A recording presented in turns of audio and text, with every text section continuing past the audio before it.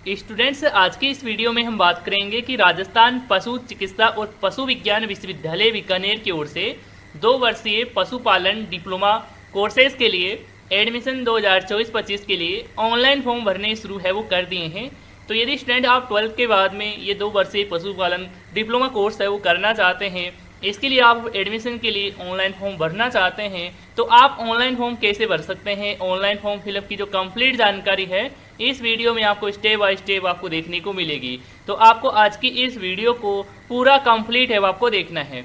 तो चलिए अब वीडियो को शुरू कर लेते हैं और जान लेते हैं कि आप ये पशुपालन 2 वर्षीय डिप्लोमा कोर्सेज के लिए फॉर्म कैसे भर सकते हैं। तो आपको फॉर्म भरना है तो सबसे पहले तो आपको rajuvaaz.org की इस वेबसाइट पर, इस पोर्टल पर आना होगा और इस वेबसाइट का डायरेक्ट लिंक भी इस वीडियो के नीचे डिस्कशन पार्ट में भी आपको मिल जाएगा, वहाँ से भी आप क्लिक करके विजिट कर सकते हैं। जैसे आप इस पोर्टल पर आएंगे तो कुछ इस तरह से आपके सामने इंटरफेस है वो देखने को मिल जाएगा और इसी में यहाँ पर आपको पशुपालन डिप्लोमा कोर्सेज के लिए एडमिशन के लिए लिंक है आपको देखने को मिल जाएगा। आप इस लिंक पर क्लिक है वो कर देंगे। जैसे आप क्लिक करेंगे कुछ इस तरह से आपके सामने पेज है वो ओपन हो जाएगा।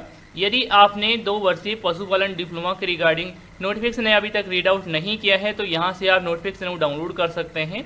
और यदि आपने ऑलरेडी रीड आउट कर लिया है, पढ़ लिया है और आप फॉर्म ही अप्लाई करना चाहते हैं तो इसके लिए यहाँ पर देख सकते हैं कि 2 वर्षीय पशुपालन डिप्लोमा पाठ्यक्रम सत्र 2024-25 हेतु ऑनलाइन आवेदन, आप इस लिंक पर क्लिक करेंगे। तो जैसे ही आप क्लिक करेंगे इस तरह से आपके सामने पेज है वो ओपन हो जाएगा। यदि आपने इसमें अपना ऑलरेडी रजिस्ट्रेशन कंप्लीट कर लिया है तो यहाँ पर आपको अपना यूजर नेम या फिर रजिस्ट्रेशन नंबर इंटर करेंगे। इसके बाद आपने जो भी पासवर्ड क्रिएट किया है वो यहाँ पर इंटर करके लॉगिन वाले बटन पर क्लिक कर देंगे तो आप सक्सेसफुली लॉगिन है वो हो जाएंगे।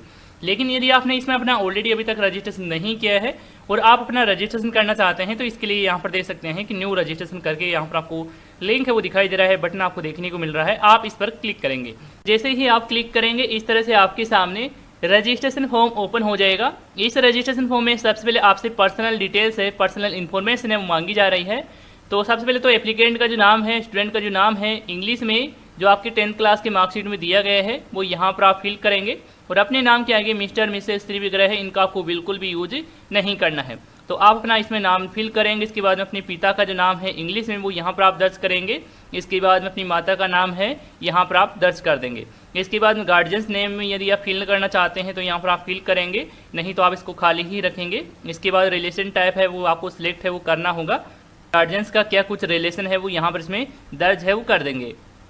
इसके बाद जेंडर का चेंज करेंगे, मेल या फिर फीमेल जो भी है वो आप अपने अकॉर्डिंग सेलेक्ट करेंगे। इसके बाद में कैटेगरी आपको सिलेक्ट करना है कि आप SC, ST, OBC, जनरल जिस भी कैटेगरी में आते हैं आप अपने अकॉर्डिंग सेलेक्ट करेंगे। इसके बाद में आपको अपनी डेट ऑफ बर्थ है, जन्म तिथि है वो आपको सिलेक्ट करना है। तो इसके लिए आप कैलेंडर को ओपन करेंगे और इसमें सबसे पहले ईयर का चुनाव है वो कर लेंगे। इसके बाद में यहाँ पर आपको मंथ का चुनाव करना है, यहाँ पर आप डेट का सिलेक्शन कर लेंगे तो आपकी डेट ऑफ बर्थ है वो यहाँ पर देखने को मिल जाएगी। अब 31 दिसंबर 2024 को यहाँ पर कैलकुलेट करना है तो इसको कैलकुलेट पर आपको क्लिक कर देना है। जैसे आप कैलकुलेट पर क्लिक करेंगे तो आपकी जो एज है वो यहाँ पर आपको इसमें देखने को मिल जाएगी। इसके बाद में स्टूडेंट्स यहाँ पर आप लोगों से पूछा जाएगा कि आप फिजिकल हैंडीकैप है यानी कि आप में किसी प्रकार की शारीरिक रूप से विकलांगता है तो आप इसमें यस का चेंज है वो करेंगे और इसमें आपको अपना PH सर्टिफिकेट भी आपको अपलोड आपको करना होगा। फाइल की साइज आप 100 KB के अराउंड आप रख सकते हैं तो आप अपना PH सर्टिफिकेट है इसमें अपलोड कर देंगे और यदि नहीं लागू होता है तो इसमें आपको नौका ही चेन आपको रखना है। इसके बाद में टेलीफोन नंबर है तो यहाँ पर आप फिल कर सकते हैं, नहीं तो आपको इसको खाली ही छोड़ना है। इसके बाद में स्टूडेंट की जो मोबाइल नंबर है, चालू मोबाइल नंबर है वो यहाँ पर आप इंटर करेंगे। इसके बाद में स्टूडेंट की एक ईमेल आईडी है जो आपके मोबाइल फ़ोन में लॉगिन है, एक्टिव है, उसी ईमेल आईडी को यहाँ पर आपको इंटर करना है। यानी कि आप रक्षाकर्मी है तो आप इसमें यस या नो का चयन कर सकते हैं अपने कोडिंग में। इसमें यहाँ पर नो का ही चयन है वो रहने देता हूँ। तो यदि आप रक्षाकर्मी है और आप इसमें यस का चयन करते हैं तो आपको अपना प्रमाण पत्र भी इसमें अपलोड है वो आपको करना होगा और यहाँ पर आप नो का चयन करेंगे तो इसको भी आपको खाली ही आपको छोड़ देना है। इसके बाद में यहाँ पर आपसे पूछा जा रहा है कि आप राजस्थान के ही मूल निवासी हैं तो आप इसमें यस का चयन करेंगे या फिर आप किसी अदर स्टेट के हैं तो आप इसमें नो का चयन करके अपना स्टेट है वो सिलेक्ट कर सकते हैं। मैं इसमें यहाँ पर यस का ही चयन है वो रहने देता हूँ। इसके बाद में डिस्ट्रिक्ट का चयन करेंगे, जो भी जिला है वो यहाँ से चयन कर लेंगे। इसके बाद में आपका जो अपना एड्रेस है, फुल एड्रेस है, कंप्लीट एड्रेस है जो आपका डॉक्यूमेंट में दिया गया है तो वही सेम एड्रेस इसमें एंटर करेंगे। इसके बाद में पिन कोड है 6 डिजिट का अपने एरिया के अकॉर्डिंग यहाँ पर आप इसमें फिल करेंगे। इसके बाद सेव पर क्लिक कर देंगे। इसके बाद में स्टूडेंट्स आपका जो रजिस्ट्रेशन है वो सक्सेसफुली हो जाएगा और यहाँ पर आपको एक यूज़र नेम, रजिस्ट्रेशन नंबर और पासवर्ड है वो मिल चुका है। तो इसको आपको नोट कर लेना है या फिर आपको इसका ही स्क्रीनशॉट लेकर अपने पास सुरक्षित रख लेना है। इसके बाद में अगला स्टेप को भी कंप्लीट करना है तो इसके लिए आपको नेक्स्ट स्टेप बटन पर आपको क्लिक करना है। जैसे आप क्लिक करेंगे अगला स्टेप एजुकेशन क्वालिफिकेशन के लिए ओपन है वो हो जाएगा। इसमें आपको अपनी एजुकेशन क्वालिफिकेशन में सबसे पहले सेकेंडरी की जानकारी आपसे मांगी जा रही है, यानी कि 10th क्लास की जानकारी इसमें फिल करेंगे। तो 10th क्लास में सबसे पहले यहाँ पर आपसे पूछा जा रहा है कि आपने 10th क्लास है वो कौन से क्या बोर्ड से आपने पासिंग की है। यहाँ से आप अपने अकॉर्डिंग सिलेक्ट है वो कर लेंगे, बोर्ड का चयन कर लेंगे। इसके बाद में क्वालिफाइड ईयर का चयन करना है कि आपने कौन से ईयर में आपने पास है वो किया है, तो यहाँ से आप सिलेक्ट कर लेंगे।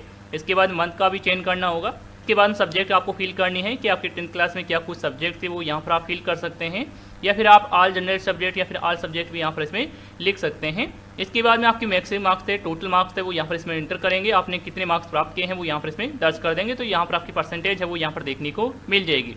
तो इस तरह से आप अपनी 10th क्लास की जानकारी है वो फिल कर देंगे। इसके बाद नीचे की तरफ आएंगे और यहाँ पर आपको अपनी सीनियर सेकेंडरी यानी कि 12th क्लास की जानकारी है वो आपको यहाँ पर फिल करना है। तो इसमें भी आप सबसे पहले बोर्ड का चयन करेंगे, जिस बोर्ड से आपने 12th क्लास वो पासिंग की है। इसके बाद में क्वालिफाइड ईयर का चयन करना है, जिस ईयर में आपने पास वो किया है। इसके बाद में आप मंथ का चयन करेंगे, जिस मंथ में आपने क्वालिफाइड किया है यानी कि पासिंग किया है। इसके बाद में स्टूडेंट से आपको अपने 12th क्लास के अकॉर्डिंग स्ट्रीम का चयन है वो आपको करना होगा कि आपके 12th क्लास में साइंस पीसीबी था, यानी कि फिजिक्स केमिस्ट्री बायो था, तो आप यहाँ पर पहला वाला ऑप्शन है वो सिलेक्ट कर सकते हैं। या फिर आपके 12th क्लास में एग्रीकल्चर था तो भी आप यहाँ पर ये फॉर्म अप्लाई कर सकते हैं, एग्रीकल्चर का भी इसमें ऑप्शन दिया गया है। और बाकी जो स्टूडेंट हैं 12th क्लास में जिनकी आर्ट्स थी या फिर मैथ थी, तो वे सभी स्टूडेंट यहाँ पर फॉर्म अप्लाई है वो नहीं कर सकते हैं। तो यहाँ पर केवल स्टूडेंट साइंस के पीसीबी वाले स्टूडेंट और एग्रीकल्चर वाले स्टूडेंट ही यहाँ पर ये ऑनलाइन फॉर्म अप्लाई है वो कर सकते हैं। तो आप यहाँ पर सिलेक्ट कर लेंगे। इसके बाद मैक्सिमम मार्क्स डालेंगे जो आपके 12th क्लास में थे और आपने कितने क्या मार्क्स प्राप्त किए थे। इसके बाद में स्टूडेंट्स यहाँ पर आपको इस फॉर्म में कॉलेज चॉइस आपको करना होगा, कॉलेज चॉइस की डिटेल्स आपको फिल करना है। तो यहाँ पर आपको कॉलेजेस लिस्ट है वो देखने को मिल रही है। तो इन कॉलेजेस में से आप जिस कॉलेज में एडमिशन लेना चाहते हैं उस कॉलेज को आपको नंबर 1 आपको रखना है। तो आप जिस कॉलेज को फर्स्ट सेकंड थर्ड जिस कॉलेज को आप रखना चाहते हैं वो यहाँ से आप नंबर है वो यहाँ पर फिल कर देंगे। जैसे कि यहाँ पर ये वाला कॉलेज है, इसे आप फर्स्ट नंबर पर रखना चाहते हैं तो नंबर आप 1 यहाँ पर इसमें लिख देंगे कुछ इस तरह से।